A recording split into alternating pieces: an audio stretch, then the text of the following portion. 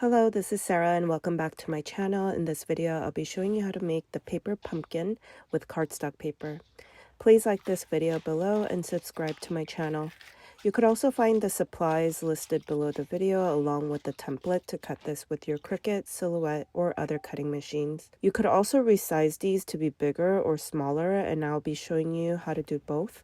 This one is the smaller one where you'll be able to cut all the pieces on one letter size paper, and you need one of the first piece and 6 of the second pieces. The first piece is basically the same thing except it doesn't have the other wing on the other side. Go in and use this small ball tool or creasing tool to draw along the edge where the scallops are. These scallops are the tabs that we will be using to glue to connect all the pieces. Draw along this crescent shape. Then fold those tabs. Starting from the other pieces, the front and back does matter, and you want to keep it consistent. To give you a better idea, I'll be doing the dark orange side as my outer pumpkin, and the light orange will be the inside of the pumpkin.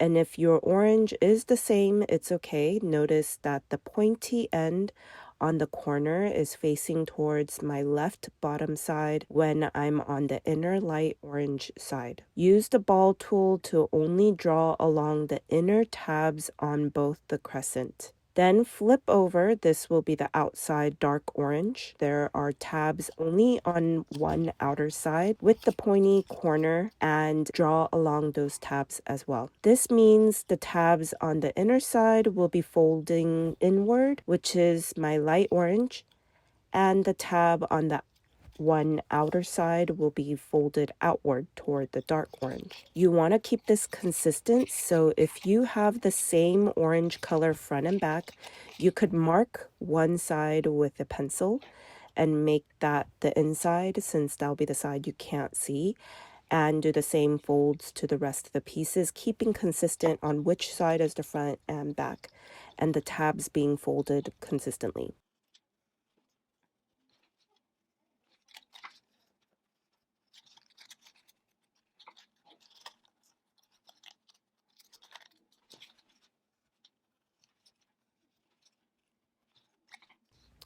Then go back to the first piece, add glue on the tabs on the top side, and then connect to the shape next to that, the center piece.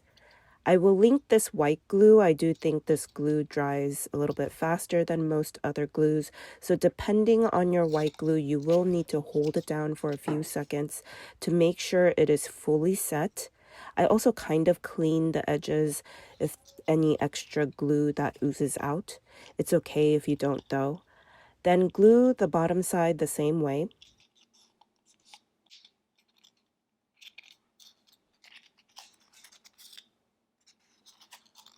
Next will be the second piece, and we have a total of 6 of these, so you will need to repeat this.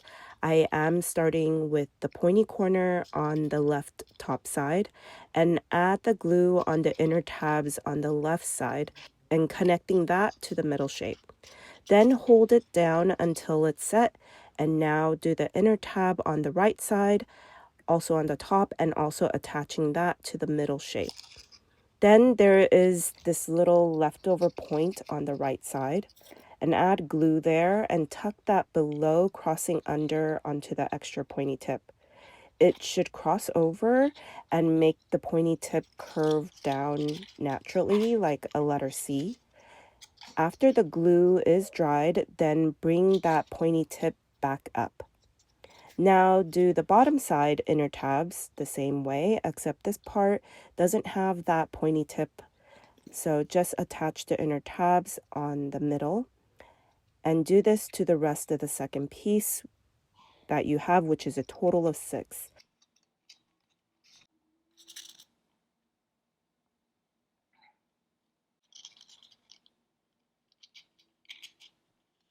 Now that pointy tip is pointy on the bottom, and I have the outer tabs on just the right side, and I will be adding glue to all the tabs.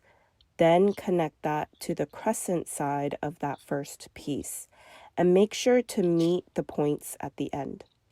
You could also re-glue anything if it doesn't fully set. Make sure you hold it down on the inside, which is my light orange side as well. Going on to our next second piece, the same way, holding the pointy tip on the bottom and the tabs on the right side, add the glue, attach again onto the side of the first two pieces. Notice all the pointy tips will be going down the same direction from now on, and make sure the corners on the other side will meet together at the same height. Continue doing the same for all the rest of the pieces that are left. And again, make sure you are being patient and hold down for a few seconds in between each gluing to wait for it to fully set before moving on.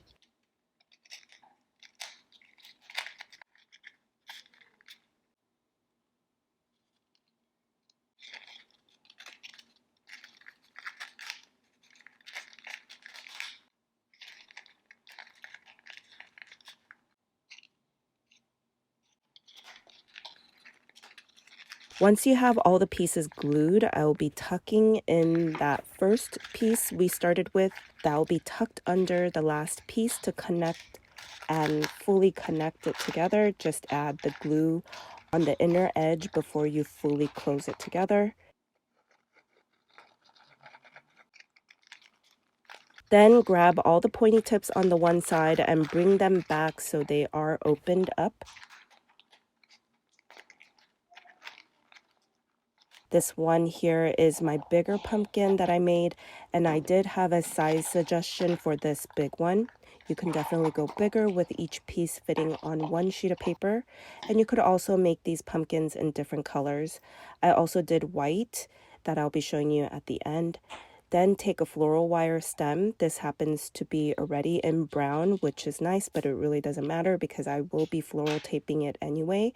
Use pliers to curl the tip and fold over the curled tip so it is perpendicular to the rest of the stem.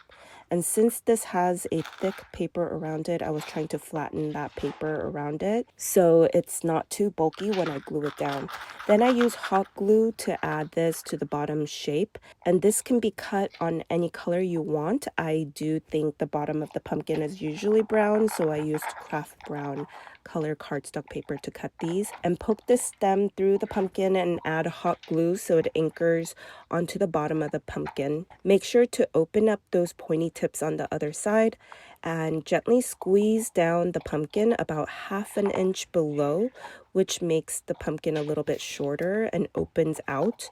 Then use hot glue to glue the tab onto the stem where the pumpkin is pushed down on, and glue the rest of the tabs as well so it secures onto that height of the pumpkin that we want.